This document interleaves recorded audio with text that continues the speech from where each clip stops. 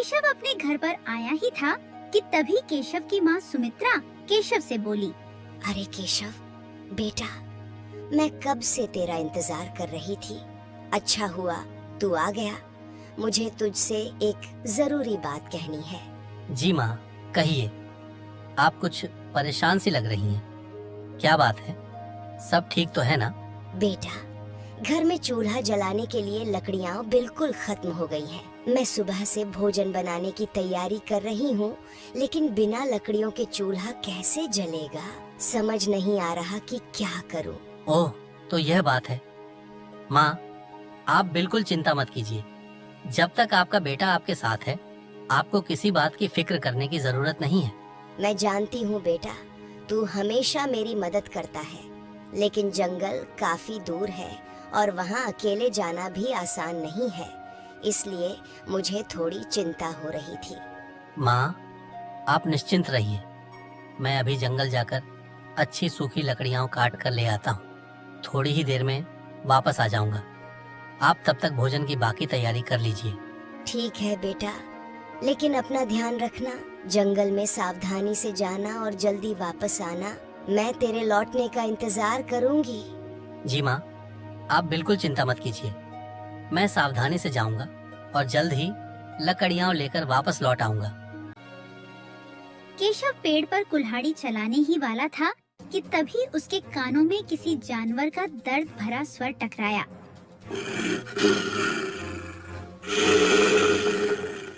बाप रे! ऐसा लगता है कि यहाँ आसपास कोई घायल जानवर है। इतना बोलकर केशव आसपास नजर दौड़ाने लगा। तभी केशव की नजर झाड़ियों में फंसे हुए एक शेर पर पड़ी। अरे बाप रे बाप, ये तो एक शेर है। लगता है, हाँ समझ गया, इसका पैर कटीली झाड़ियों में फंस गया है। क्या मुझे इसकी मदद करनी चाहिए? कहीं ऐसा ना हो कि मैं इसकी मदद करूं और ये उल्टा मुझे ही खा जाए। है तो आखिरकार शेर ही। इतना बोलकर केशव फिर से पेड़ पर कुल्हाड़ी चलाने ही वाला था कि तभी शेर फिर से कराहने लगा। केशव को न जाने क्यों उस शेर पर दया आ गई। केशव धीरे धीरे कदमों से उस शेर के पास चला गया और डरते हुए शेर की ओर देखकर बोला, देखो, मैं जानता हूँ कि तुम शेर हो। देखो, मैं इंसानियत के नाते तुम्हारी मदद कर रहा हूँ। कहीं ऐसा ना हो कि जब तुम इस कटीली झाड़ी से आजाद हो जाओ तो तुम मुझ पर ही हमला कर बैठो। ठीक है, ध्यान से। इतना बोलकर केशव ने उस शेर के आसपास से कांटेदार झाड़ियां हटा दी और पैर से उसका कांटा निकाल दिया। कांटा निकलते ही शेर अचानक इंसानी आवाज में केशव से बोला, मित्र, आज तुमने जो मेरे लिए किया है उसके लिए मैं जीवन भर तुम्हारा आरणी रहूंगा। सच कहूं तो मुझे उम्मीद ही नहीं थी कि कोई इंसान मेरी मदद करने के लिए अपनी जान जोखिम में डालेगा। तुम्हारा बहुत बहुत धन्यवाद।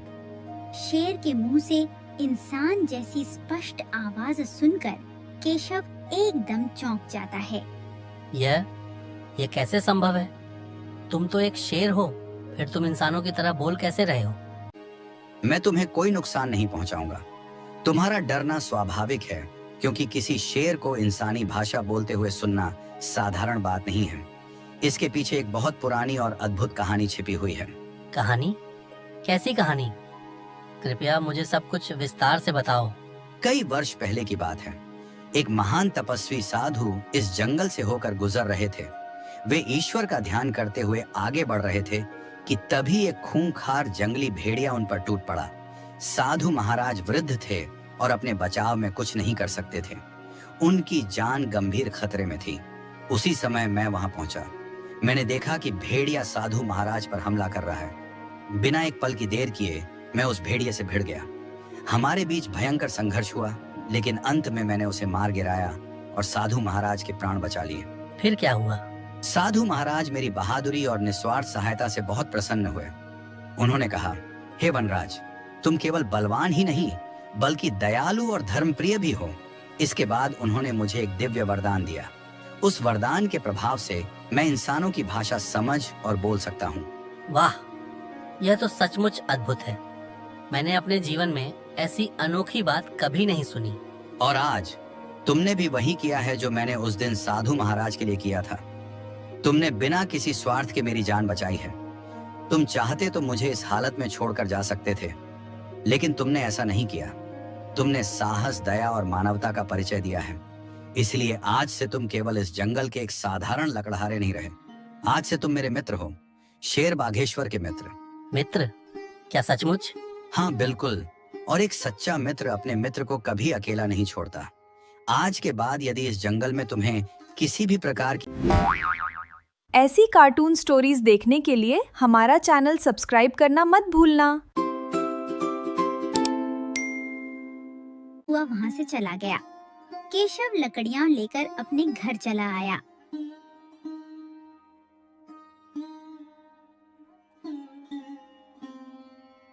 केशव बेटा, आज तुझे आने में इतनी देर कैसे हो गई? मैं कब से तेरी राह देख रही थी। पहले तो तू जंगल से दोपहर ढलने से पहले ही लौट आता था, लेकिन आज तो सूरज भी पश्चिम की ओर झुकने लगा। कहीं कोई परेशानी तो नहीं हुई? नहीं माँ, ऐसी कोई बात नहीं है। जंगल में लकड़ियां काटते काटते थोड़ा थक गया था। फिर रास्ते में एक बड़े से वृक्ष की छाया देखकर वहीं कुछ देर बैठ गया। ठंडी हवा चल रही थी तो पता ही नहीं चला कि समय कैसे बीत गया। बस उसी वजह से लौटने में देर हो गई। अच्छा, तो यह बात है। मैं तो बेकार में चिंता कर रही थी। बेटा, जंगल का रास्ता आसान नहीं होता। वहाँ जंगली जानवर भी होते हैं और कई बार अनहोनी भी हो जाती है। इसलिए आगे से थोड़ा ध्यान रखना। चिंता मत करो माँ, मैं अपना पूरा ख्याल रखूंगा। केशव की बात सुनकर सुमित्रा मुस्कुराते हुए खाना बनाने लगी। कुछ देर बाद केशव गांव के तालाब के किनारे चला गया, जहां गांव की सबसे सुंदर लड़की कुसुम उसका इंतजार कर रही थी। केशव, आखिर तुम आ ही गए। तुम्हें पता है मैं कब से यहाँ तुम्हारा इंतजार कर रही हूँ। हर थोड़ी देर में तालाब के रास्ते की ओर देख रही थी। मुझे लगा शायद आज तुम आओगे ही नहीं। अरे कुसुम, नाराज मत हो, मैं जानबूझकर देर से नहीं आया। माँ ने सुबह ही जंगल भेज दिया था लकड़ियां काटने के लिए। काम भी थोड़ा ज्यादा था और फिर रास्ते में कुछ ऐसा हुआ कि मैं खुद भी हैरान रह गया। पहले तो मुझे लगा कि मैं सपना देख रहा हूँ, लेकिन सब कुछ मेरी आंखों के सामने हुआ।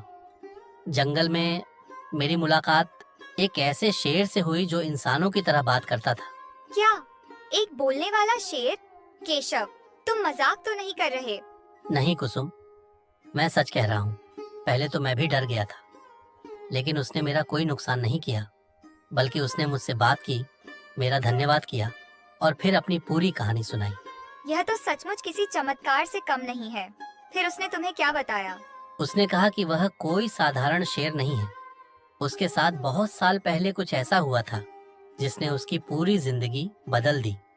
उसकी कहानी सुनकर मुझे उस पर दया भी आई और आश्चर्य भी हुआ। केशव, अगर यह बात सच है तो यह बहुत बड़ी बात है, लेकिन मेरी बात ध्यान से सुनो। इस घटना के बारे में गांव में किसी को मत बताना। लोग या तो तुम्हारा मजाक उड़ाएंगे या फिर उस शेर को खोजने जंगल पहुंच जाएंगे। दोनों ही बातें ठीक नहीं होंगी। हाँ, तुम सही कह रही हो। मैंने भी यही सोचा था कि इस बात को अपने तक ही सीमित रखना चाहिए। अच्छा, अब जंगल और शेर की बातें बहुत हो गईं। मुझे यह बताओ कि तुम अपनी माँ को मेरे पिता के पास कब भेज रहे हो? कुसुम, तुम जानती हो कि मैं तुमसे कितना प्रेम करता हूँ। मेरे लिए इस संसार में तुमसे बढ़कर कोई नहीं है, लेकिन जब भी तुम्हारे पिता के बारे में सोचता हूँ, मेरे मन में डर बैठ जाता है। डर? किस बात का डर? तुम्हारे पिता पूरे गांव के सबसे सम्मानित और धनवान व्यक्ति हैं। उनके पास जमीन जायदाद है, नौकर चाकर हैं और समाज में उनका बड़ा नाम है। और मैं तो एक साधारण लकड़हारे का बेटा हूँ। मेरे पास ना धन है, बल्कि उसके चरित्र और मेहनत से होती है। तुम ईमानदार हो, मेहनती हो और सबसे बड़ी बात, तुम्हारा दिल बहुत अच्छा है। मेरे लिए यही सबसे बड़ा धन है। लेकिन क्या तुम्हारे पिता भी ऐसा ही सोचेंगे? अगर वे नहीं सोचेंगे तो मैं उन्हें समझाऊंगी। आखिर मैं उनकी बेटी हूँ। मैं उन्हें साफ साफ बता दूंगी कि मैं तुमसे प्रेम करती हूँ और अपना जीवन तुम्हारे साथ बिताना चाहती हूँ। क्या तुम्हें सच में लगता है कि वे मान जाएंगे? तब भी मैं हार नहीं मानूंगी। क्योंकि मैंने अपने मन से तुम्हें अपना जीवन साथी चुना है। और एक बात और सुनो, तुम अच्छी तरह जानते हो कि चौधरी जी अपने बेटे विक्रम का विवाह मुझसे करवाना चाहते हैं। गांव में यह बात अब धीरे धीरे फैल भी रही है। मुझे डर है कि कहीं वे जल्द ही मेरे पिता के पास रिश्ता लेकर न पहुंच जाएं। हाँ, मैंने भी यह सुना है। विक्रम अमीर है, इसलिए तुम्हारे पिता शायद उसके प्रस्ताव को पसंद करें। यही कारण है कि हमें देर नहीं करनी चाहिए। इससे पहले कि चौधरी जी कोई कदम उठाए, तुम अपनी माँ को मेरे घर भेज दो। अगर हम चुप बैठे रहे तो शायद बहुत देर हो जाएगी। तुम ठीक कहती हो कुसुम। मैं आज ही माँ से बात करूंगा और उन्हें तुम्हारे पिता के पास भेजने के लिए कहूंगा। अब जो भी होगा उसका सामना मैं साहस के साथ करूंगा। बस यही हिम्मत मैं तुम में देखना चाहती थी। मुझे विश्वास है कि सच्चे प्रेम की जीत अवश्य होगी।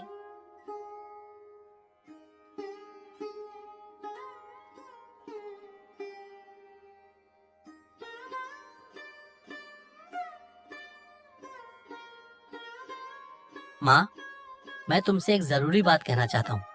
कई दिनों से यह बात मेरे मन में है, लेकिन हिम्मत नहीं जुटा पा रहा था। माँ, मैं कुसुम से बहुत प्रेम करता हूँ। हम दोनों एक दूसरे को समझते हैं और एक दूसरे का सम्मान करते हैं। मैं उससे विवाह करना चाहता हूँ। अगर तुम कल उसके पिता से हमारे रिश्ते के बारे में बात कर लो तो शायद कोई रास्ता निकल आए।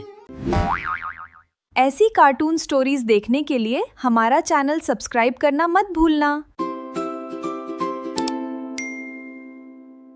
कि कुसुम के पिता गांव के सबसे धनवान लोगों में गिने जाते हैं। उनके पास जमीन जायदाद, मान सम्मान और धन दौलत की कोई कमी नहीं है। दूसरी तरफ हम लोग साधारण जीवन जीते हैं। मुझे डर है कि वे इस रिश्ते के लिए आसानी से तैयार नहीं होंगे। माँ, मैं जानता हूँ कि मैं अमीर नहीं हूँ। मेरे पास ना बड़ी जमीन है और न ही कोई खजाना, लेकिन मेरे पास मेहनत करने का जज्बा है। मैं कुसुम को हमेशा खुश रखने की कोशिश करूंगा। क्या इंसान की कीमत उसके धन से तय होती है? क्या सच्चे प्रेम और अच्छे चरित्र का कोई महत्व नहीं होता? तेरी बातें सुनकर मुझे गर्व होता है बेटा।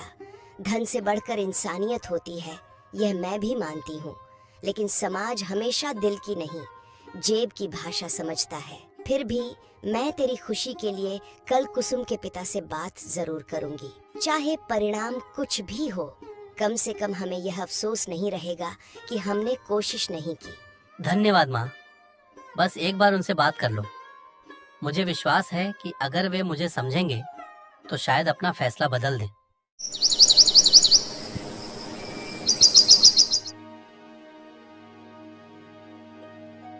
अगले दिन सुमित्रा कुसुम के घर पहुंच गई। अरे सुमित्रा, आज अचानक मेरे घर कैसे आना हुआ? सब कुशल मंगल तो है ना? तुम्हारे चेहरे से लग रहा है कि कोई महत्वपूर्ण बात है। हाँ सुजान सिंह जी, मैं एक जरूरी बात लेकर आई हूँ। बात ऐसी है कि आपकी बेटी कुसुम और मेरा बेटा केशव एक दूसरे से प्रेम करते हैं। दोनों एक दूसरे के साथ अपना जीवन बिताना चाहते हैं। मैं चाहती हूँ कि आप उनके विवाह के बारे में विचार करें। सुमित्रा, मैं तुम्हारी बात समझ रहा हूँ। सच कहूँ तो मुझे अपने सामने बैठे इंसान से कोई शिकायत नहीं है और न ही तुम्हारे बेटे से कोई दुश्मनी है। केशव अच्छा लड़का है, शिष्ट है और मेहनती भी है। लेकिन केवल अच्छा होना ही काफी नहीं होता। विवाह जीवन भर का संबंध है, इसके साथ जिम्मेदारियां भी जुड़ी होती हैं। मैं आपकी चिंता समझ सकती हूँ, लेकिन केशव मेहनती है। वह अपनी जिम्मेदारियों से कभी पीछे नहीं हटेगा। मेहनत अपनी जगह है, लेकिन हकीकत अपनी जगह पर में जीवन बिताया है। मैं कैसे विश्वास कर लूं कि भविष्य में उसे किसी प्रकार की परेशानी नहीं होगी? धन हमेशा स्थायी नहीं होता सुजान सिंह जी। मेहनत और ईमानदारी इंसान को आगे बढ़ा सकती है। मैं तुम्हारी बात से पूरी तरह असहमत नहीं हूँ, लेकिन एक पिता होने के नाते मुझे अपनी बेटी का भविष्य देखना पड़ता है। यदि तुम मेरी जगह होती तो क्या अपनी बेटी का विवाह ऐसे लड़के से कर देती जिसके पास अभी कुछ भी नहीं है? सोचकर जवाब देना। सुमित्रा इस प्रश्न का उत्तर नहीं दे पाती और चुप हो जाती है। और सुनो, अभी कुछ देर पहले गांव के चौधरी जी अपने बेटे विक्रम का रिश्ता लेकर आए थे। विक्रम के पास सैकड़ों बीघा जमीन है, अच्छा कारोबार है और समाज में प्रतिष्ठा भी है। एक पिता के रूप में मुझे वही रिश्ता बेहतर दिखाई देता है जिसमें मेरी बेटी का भविष्य सुरक्षित हो। लेकिन क्या आपने यह जानने की कोशिश की कि आपकी बेटी क्या चाहती है? बच्चों की उम्र भावनाओं में बहने की होती है, उन्हें भविष्य की कठिनाइयां दिखाई नहीं देती, इसलिए माता पिता को उनके लिए सही निर्णय लेना पड़ता है। उसी समय कुसुम वहाँ आ जाती है और दोनों की बातचीत सुन लेती है। पिताजी, अगर बात मेरे जीवन की हो रही है तो मेरा पक्ष भी सुना जाना चाहिए। मैं केशव से प्रेम करती हूँ और उसके साथ विवाह करके ही सुखी रहूंगी। वह भले ही धनवान न हो, लेकिन उसका दिल साफ है। वह मेरा सम्मान करता है और केवल प्रेम से नहीं चलता। जब घर चलाने की जिम्मेदारी आएगी तब तुम्हें समझ आएगा कि धन और स्थिरता का कितना महत्व होता है। पिताजी, मैं यह नहीं कहती कि धन की जरूरत नहीं होती, लेकिन केवल धन होने से कोई इंसान अच्छा जीवन साथी नहीं बन जाता। मैंने केशव में ईमानदारी, मेहनत और सच्चाई देखी है। मेरे लिए यही सबसे बड़ा धन है। तुम अभी दुनिया को नहीं जानती हो। किताबों और सपनों की दुनिया अलग होती है, जबकि वास्तविक जीवन अलग। मैंने जीवन में बहुत उतार चढ़ाव देखे हैं, इसीलिए मैं जानता हूँ कि तुम्हारे लिए क्या सही है। लेकिन पिताजी, मेरी खुशियों का फैसला मुझसे पूछे बिना कैसे किया जा सकता है? क्या मेरी इच्छाओं का कोई महत्व नहीं है? बस, बहुत हो गया। मैंने जो कहना था कह दिया। इस विषय पर अब और कोई चर्चा नहीं होगी। तुम अभी छोटी हो और भावनाओं में बह रही हो। समय आने पर तुम्हें मेरी बात समझ में आ जाएगी। जाओ अपने कमरे में। कुसुम चुपचाप अपने कमरे में चली गई। सुमित्रा मुंह लटकाकर अपने घर चली गई। अपनी माँ का लटका हुआ मुंह देखकर केशव सब कुछ समझ गया। लगता है कुसुम के पिता ने रिश्ते से इनकार कर दिया, है ना माँ? मैंने तुमसे पहले ही कहा था और मुझे उनका जवाब भी पहले से ही पता था। मैं तो बस तुम्हारा मन रखने के लिए वहाँ चली गई थी। वैसे कुसुम के पिता ने कुछ गलत नहीं कहा। हर पिता चाहता है कि उसकी पुत्री का विवाह किसी धनवान खानदान में हो, और न तो मेरे पास खेती है बेटा और न ही धन। अपनी माँ की बात सुनकर केशव उदास हो गया। अगले दिन केशव उदास होकर जंगल में एक तालाब के किनारे बैठ गया। तभी केशव के कानों में शेर का गुर्राहट भरा स्वर टकराया। केशव ने जैसे ही पलटकर देखा तो पीछे वही शेर खड़ा था जिसकी केशव ने मदद की थी। क्या हुआ मेरे प्रिय मित्र? आज तुम इस तालाब के किनारे इतने उदास और चिंतित क्यों बैठे हो? तुम्हारे चेहरे की मुस्कान कहाँ खो गई? जब से मैं तुम्हें जानता हूँ, मैंने तुम्हें कभी इतना निराश नहीं देखा। ऐसा लगता है जैसे तुम्हारे मन पर कोई बहुत बड़ा बोझ है। बताओ, आखिर बात क्या है? मित्र, मेरी परेशानी इतनी बड़ी है कि उसे शब्दों में बयां करना भी कठिन लग रहा है। मुझे नहीं लगता कि तुम्हें बताने से कोई फायदा होगा। कुछ समस्याएं ऐसी होती हैं जिनका कोई समाधान नहीं होता, इसलिए मैं नहीं चाहता कि तुम्हें अपनी चिंता में शामिल करूं। ऐसा क्यों कह रहे हो? सच्चा मित्र वही होता है जो सुख और दुख दोनों में साथ खड़ा रहे। तुम अपनी परेशानी मुझसे छिपाकर मुझे पराया बना रहे हो। मुझे पूरी बात बताओ। हो सकता है कि मैं तुम्हारी कोई... मैं कुसुम से प्रेम करता हूँ। मैं उससे विवाह करना चाहता हूँ और उसके साथ अपना पूरा जीवन बिताने का सपना देखता हूँ। लेकिन उसके पिता गांव के सबसे धनी व्यक्ति हैं। मेरी माँ आज उनके पास मेरे रिश्ते की बात लेकर गई थी, पर उन्होंने हमारे प्रस्ताव को ठुकरा दिया। उन्होंने साफ कह दिया कि वे अपनी बेटी का विवाह किसी गरीब युवक से कभी नहीं करेंगे। अब मुझे समझ नहीं आ रहा कि मैं क्या करूं। ऐसा लगता है जैसे मेरे सारे सपने टूट गए हैं। केशव के मुंह से सारी घटना सुनने के बाद बागेश्वर गहरी सोच में डूब गया। कुछ देर बाद बागेश्वर केशव से बोला, ओह, तो तुम्हारी उदासी का कारण यह है। सच कहूं तो तुम्हारी समस्या कठिन अवश्य है, लेकिन असंभव नहीं। शायद मैं तुम्हारी सहायता कर सकता हूं। इस जंगल के सबसे पुराने हिस्से में एक ऐसा स्थान है जिसके बारे में बहुत कम लोग जानते हैं। वहां सदियों पहले एक राजा ने अपना विशाल खजाना छिपाया था। वह खजाना आज भी वहीं गड़ा हुआ है। यदि तुम्हें वह मिल जाए तो तुम्हारी सारी गरीबी दूर हो सकती है। क्या सचमुच ऐसा कोई खजाना है? लेकिन तुम मुझे यह बात कैसे बता सकते हो? कहीं इससे तुम्हें कोई नुकसान तो नहीं होगा? यही तो सबसे बड़ी समस्या है मित्र। जब उस महान साधु ने मुझे मनुष्यों की भाषा बोलने और समझने की शक्ति प्रदान की थी, तब उन्होंने एक कठोर शर्त भी रखी थी। उन्होंने कहा था कि मैं कभी किसी इंसान के मामलों में हस्तक्षेप नहीं करूंगा और जंगल के किसी भी रहस्य को मनुष्यों के सामने प्रकट नहीं करूंगा। यदि मैंने ऐसा किया तो मेरी यह अद्भुत शक्ति हमेशा के लिए मुझसे छिन जाएगी। नहीं मित्र, अगर ऐसा है तो मैं तुम्हारी सहायता स्वीकार नहीं कर सकता। मैं अपने स्वार्थ के लिए तुम्हारी सबसे अनमोल शक्ति नहीं छीनना चाहता। तुम्हारी यही शक्ति तो हमारी मित्रता को इतना विशेष बनाती है। अगर यह चली गई तो हम पहले की तरह बातें भी नहीं कर पाएंगे। तुम्हारे शब्द सुनकर मुझे गर्व हो रहा है मित्र, लेकिन तुम एक बात भूल रहे हो। उस दिन जब मैं शिकारी की लगाई हुई कांटेदार झाड़ियों में बुरी तरह फंस गया था, तब तुमने अपनी जान जोखिम में डालकर मेरी सहायता की थी। तुम चाहो ऐसी कार्टून स्टोरीज देखने के लिए हमारा चैनल सब्सक्राइब करना मत भूलना। बागेश्वर, तुम्हारी शक्ति चली गई तो तुम फिर कभी इंसानों की भाषा में बात नहीं कर पाओगे।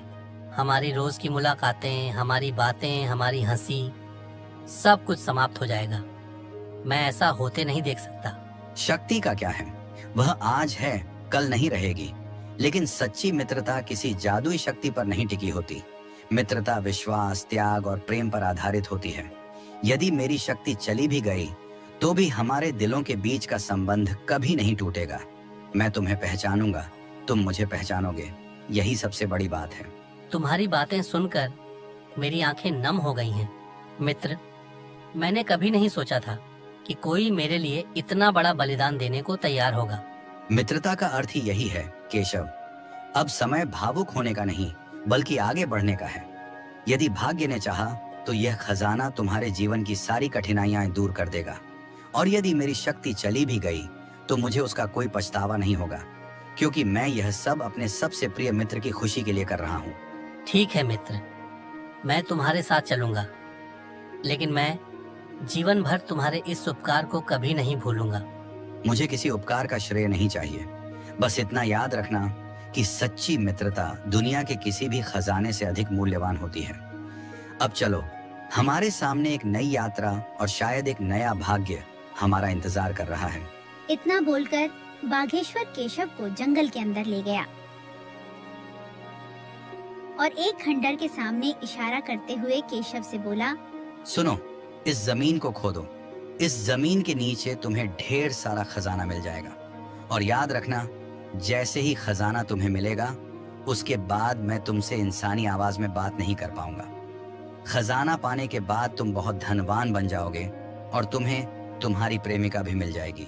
मेरे मित्र, धनवान बनने के बाद मुझे भूल मत जाना, है ना? और हाँ, तुम्हें यह खजाना कैसे मिला, इस बात का रहस्य केवल अपने तक ही सीमित रखना। चाहे कुछ भी हो जाए, किसी को कभी कुछ मत बताना, ठीक है? कैसी बातें कर रहे हो बागेश्वर? मैं तुम्हारा मित्र हमेशा रहूंगा और तुमसे रोज मिलने आया करूंगा। और मैं इतना बोलकर केशव उस जमीन की खुदाई करने लगा।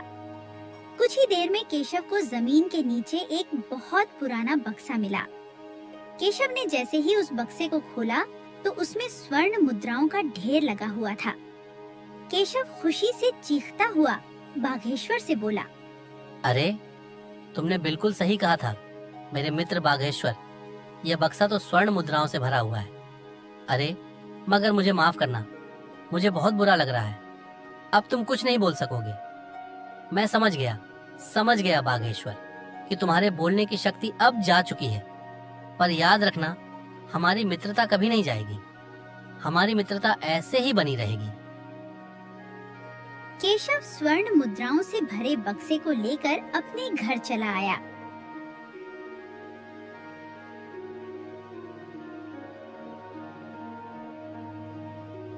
इतनी ढेर सारी स्वर्ण मुद्राएं देखकर उसकी माँ चौंकते हुए बोली, इतनी ढेर सारी मुद्राएं तुझे कहाँ से मिली?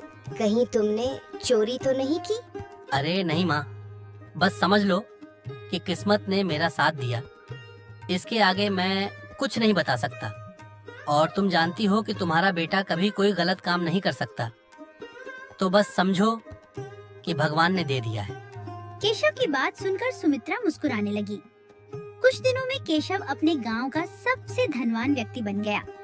केशव के पास अब आलीशान हवेली थी, बहुत सारी खेती थी और खेत में काम करने वाले बहुत सारे मजदूर और किसान थे। मगर केशव अपने मित्र बाघेश्वर से मिलने रोज जंगल जाया करता और बाघेश्वर से घंटों बातें करता। बाघेश्वर इंसानी आवाज में बोल तो नहीं सकता था, परंतु वह केशव की हर बात सुनकर अपना सिर इधर उधर घुमाकर जवाब देने का हमेशा प्रयास करता। कुछ दिन बाद केशव ने अपनी माँ सुमित्रा को कुसुम के घर दोबारा भेजा। सुमित्रा को देखकर कुसुम का पिता उठकर खड़ा हो गया। अरे वाह वाह वाह, मेरे तो भाग्य खुल गए सुमित्रा बहन, जो आप मेरे घर में पधारी हैं। मैं आपकी तुम्हारे पुत्र केशव से करूंगा। कुछ ही दिनों में केशव और कुसुम का विवाह संपन्न हो गया और यही बात चौधरी और उसके बेटे विक्रम को बड़ी नागवार गुजरी। चौधरी अपने बेटे विक्रम से बोला, मैंने तो सोचा था कि कुसुम का विवाह तुमसे हो जाएगा और उसके बाद कुसुम के पिता की सारी संपत्ति हमारे हाथ लग जाएगी, लेकिन न जाने ये सब कैसे हो गया। वह केशव, जो कल तक एक साधारण लकड़हारे का बेटा था, आज अचानक इतना धनवान बन गया है कि पूरे गांव में उसकी चर्चा हो रही है। मुझे समझ ही नहीं आ रहा कि आखिर उसके पास इतना धन आया कहां से। कोई न कोई रहस्य अवश्य है जो वह सबसे छिपा कर रखे हुए है। पिताजी, मैं भी यही सोच रहा हूँ। यह सब सामान्य नहीं है। कोई आदमी रातों रात इतना धनवान नहीं बन सकता। मुझे पूरा विश्वास है कि उसके हाथ कोई बहुत बड़ा रहस्य लग गया है, ऐसा रहस्य जिसने उसकी किस्मत बदल दी है। अगर हमें वह रहस्य पता चल जाए तो हम भी उससे कहीं अधिक धनवान बन सकते हैं। रहस्य? आखिर तुम किस रहस्य की बात कर रहे हो? क्या तुम कुछ जानते हो जो मुझे नहीं पता? पिताजी, एक बात है जो मैं आपको बहुत दिनों से बताना चाहता था। पहले तो मुझे स्वयं उस पर विश्वास नहीं हुआ, इसीलिए मैंने किसी से कुछ नहीं कहा। लेकिन अब मुझे लगता है कि वही बात केशव की अचानक बढ़ी हुई संपत्ति का कारण हो सकती है। अरे जल्दी बताओ। ऐसी कार्टून स्टोरीज देखने के लिए हमारा चैनल सब्सक्राइब करना मत भूलना। की फटी रह गई। मैंने देखा कि केशव जंगल के तालाब के किनारे एक विशाल शेर के साथ बैठा हुआ था। दोनों एक दूसरे के सामने ऐसे बैठे थे जैसे वर्षों पुराने मित्र हों। क्या एक शेर के साथ? और केशव वहाँ आराम से बैठा था? केवल बैठा ही नहीं था पिताजी, वह उससे बातें भी कर रहा था। मैं दूर झाड़ियों में छिपकर सब देख रहा था। जब केशव कुछ कहता तो वह शेर अपनी गर्दन हिलाकर प्रतिक्रिया देता। ऐसा लग रहा था मानो वह उसकी हर बात समझ रहा हो। यह सुनते ही चौधरी के चेहरे का रंग उड़ गया। विक्रम, तुम्हें हो क्या गया है? क्या तुम सचमुच होश में हो? भला ऐसा कैसे हो सकता है? शेर कोई इंसान तो नहीं होता जो बातें समझ सके। मुझे तो लगता है कि तुमने जो देखा वह कोई भ्रम रहा होगा। नहीं पिताजी, यह कोई भ्रम नहीं था। शुरू में मुझे भी यही लगा था। मैं स्वयं अपनी आंखों पर विश्वास नहीं कर पाया। इसलिए अगले ही दिन मैं फिर उसी जगह गया। इस बार मैं और भी सावधानी से झाड़ियों के पीछे छिप गया। फिर क्या हुआ? फिर मैंने वही दृश्य दोबारा देखा। केशव तालाब के किनारे बैठा था और थोड़ी देर बाद वही शेर वहां आ पहुंचा। दोनों काफी देर तक साथ रहे। उनके व्यवहार को देखकर साफ लग रहा था कि यह उनकी पहली मुलाकात नहीं थी। वे एक दूसरे को अच्छी तरह जानते थे। पिताजी, मुझे पूरा विश्वास है कि उस शेर और केशव के बीच कोई बहुत गहरा संबंध है। यदि तुम्हारी बात सच है तो ये वास्तव में बहुत विचित्र और रहस्यमय बात है। शायद उसी शेर का संबंध केशव की दौलत से भी हो। कोई साधारण आदमी जंगली शेर का मित्र नहीं बन सकता। बिल्कुल पिताजी। और जब तक वह शेर उसके साथ है तब तक केशव को कोई नुकसान नहीं पहुंचा सकता। मुझे लगता है कि वही शेर उसकी सबसे बड़ी ताकत है। यदि ऐसा है तो हमें उसकी ताकत को ही उससे छीन लेना चाहिए। आपका क्या मतलब है पिताजी? मेरा मतलब और कमजोर हो जाएगा। लेकिन ऐसा कैसे होगा? वह शेर तो हमेशा उसके साथ रहता है। पहले मुझे यह बताओ कि क्या तुम पूरी तरह निश्चित हो कि वे दोनों रोज मिलते हैं? पिताजी, इसमें मुझे बिल्कुल भी संदेह नहीं है। मैंने कई बार देखा है। हर शाम केशव तालाब के किनारे जाता है और कुछ ही देर में वह शेर भी वहां पहुंच जाता है। उनकी मुलाकात कभी नहीं छूटती। बहुत अच्छा, बहुत अच्छा। इसका मतलब है कि हमें केवल सही समय का इंतजार करना होगा। तो आपकी क्या योजना है? कल शाम जब केशव अपने प्रिय मित्र से मिलने तालाब के किनारे जाएगा, तब सब कुछ बदल जाएगा। वह वहां अवश्य पहुंचेगा, लेकिन इस बार उसे उसका मित्र शेर नहीं मिलेगा। और जब उसकी सबसे बड़ी ताकत उससे दूर हो जाएगी, तब उसके पतन की शुरुआत होगी। वाह पिताजी, अब समझ में आया कि गांव वाले आपको इतना चतुर क्यों कहते हैं। कल का दिन केशव के लिए बहुत भारी पड़ने वाला है।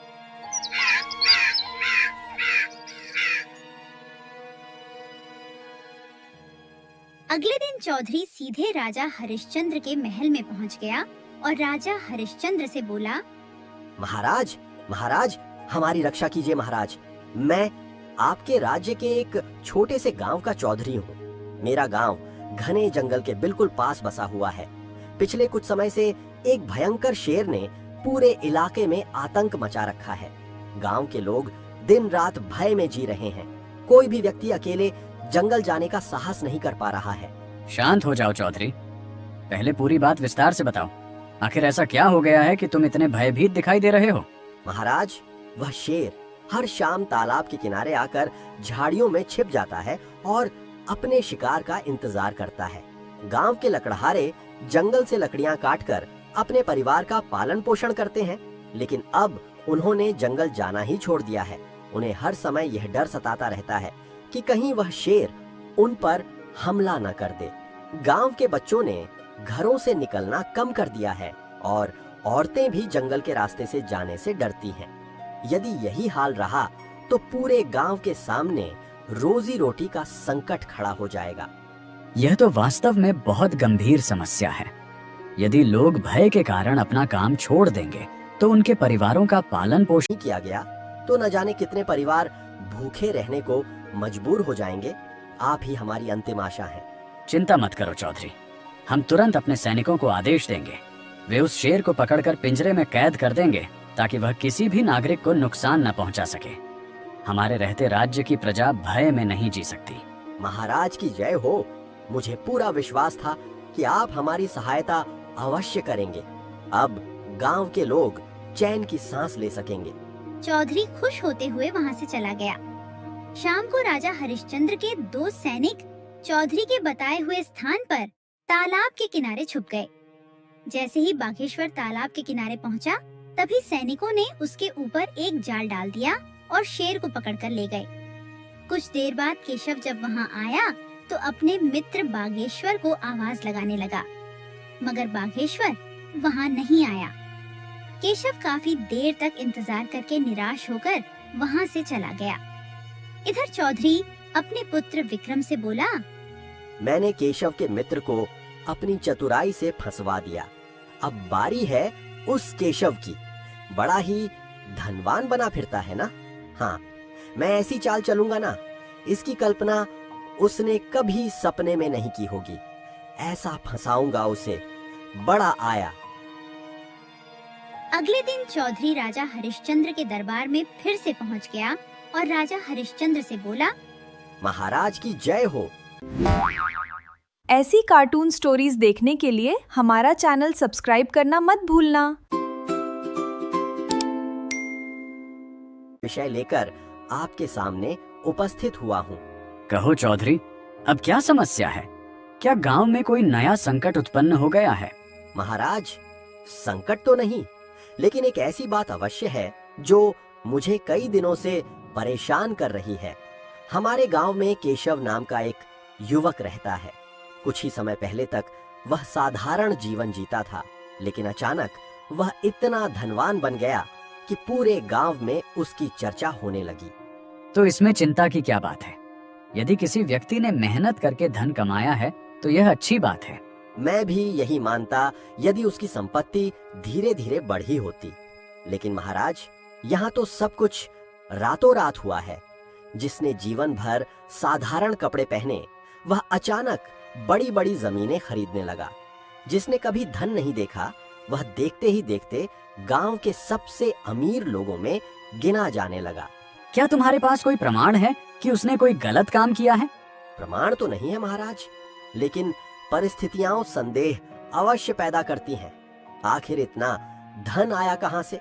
यदि कोई व्यक्ति अचानक अपार संपत्ति का मालिक बन जाए तो यह प्रश्न उठना स्वाभाविक है। कहीं ऐसा तो नहीं कि उसने किसी व्यापारी को लूटा हो, किसी यात्री का धन हड़प लिया हो, या फिर किसी बड़े खजाने को छिपाकर रखा हो।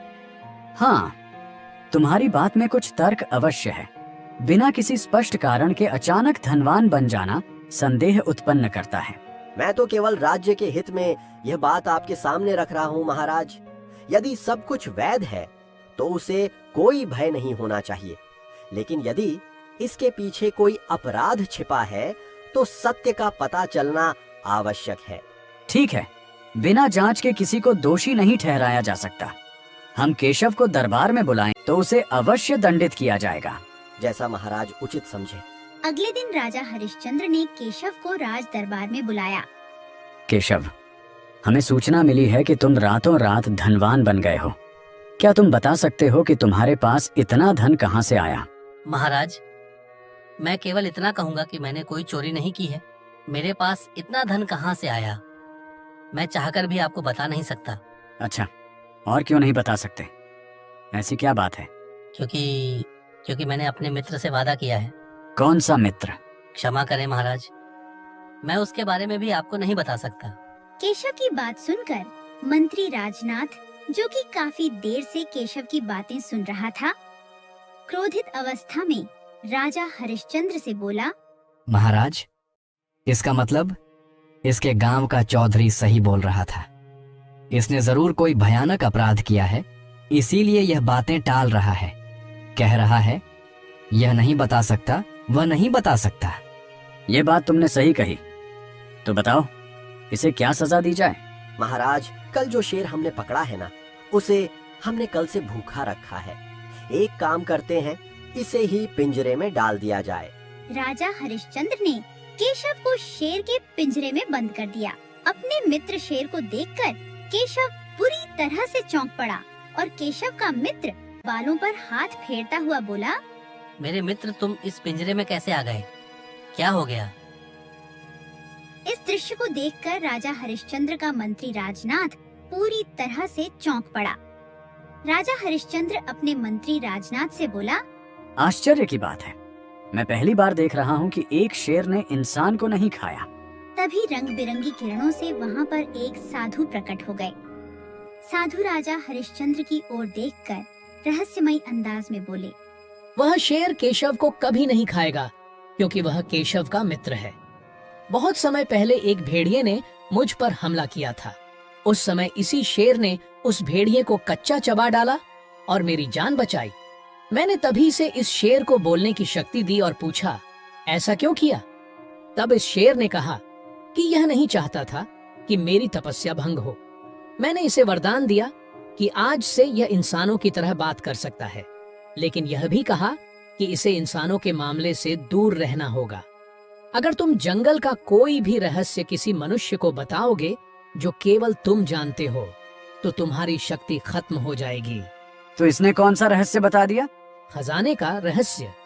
वर्षों पहले किसी राजा ने अपना खजाना जंगल में गाड़ा था, जो उसे लेने के लिए कभी वापस नहीं आया।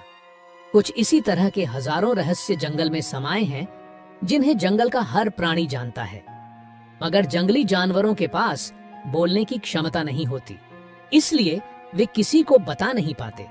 इस शेर के पास बोलने की क्षमता थी और इसने मित्रता के कारण वह रहस्य केशव को बता दिया। तुम्हारे पास जो चौधरी केशव की शिकायत लेकर आया था, वह चौधरी झूठा है और उसका पुत्र विक्रम भी झूठा है। उसका मकसद लड़की से करना चाहता था जो केशव से प्रेम करती थी, और केशव भी उस लड़की से प्रेम करता है और अब वह लड़की केशव की पत्नी है। राजा हरिश्चंद्र तुरंत केशव और शेर को रिहा कर देता है। तुम्हारी मित्रता देखकर मैं बहुत प्रसन्न हूँ। मैं तुम्हें फिर से बोलने की शक्ति देता हूँ। तथास्तु। साधु रंग बिरंगी किरणों से गायब हो गए। शेर बागेश्वर के पास फिर से बोलने की क्षमता आ गई। केशव खुशी खुशी अपने घर चला गया। राजा हरिश्चंद्र ने मुखिया चौधरी और विक्रम को तुरंत बंदी बनवाकर कारागार में कैद कर दिया। उस दिन के बाद केशव और शेर बागेश्वर की मित्रता राज्य में प्रसिद्ध हो गई। यह कहानी हमें सच्ची मित्रता और त्याग की सीख देती है। मित्र के लिए अपनी शक्ति खो देना और वादा निभाना ही सच्चा मित्र होता है। ईर्ष्या और लोभ से बुरे लोग स्वयं अपने विनाश का कारण बनते हैं, जबकि सत्य और ईमानदारी की हमेशा जीत होती है। आपको हमारी यह कहानी कैसी लगी? कमेंट बॉक्स में जरूर बताएं। हमारे चैनल को लाइक और सब्सक्राइब करना ना भूलें। धन्यवाद। ऐसी कार्टून स्टोरीज देखने के लिए हमारा चैनल सब्सक्राइब करना मत भूलना।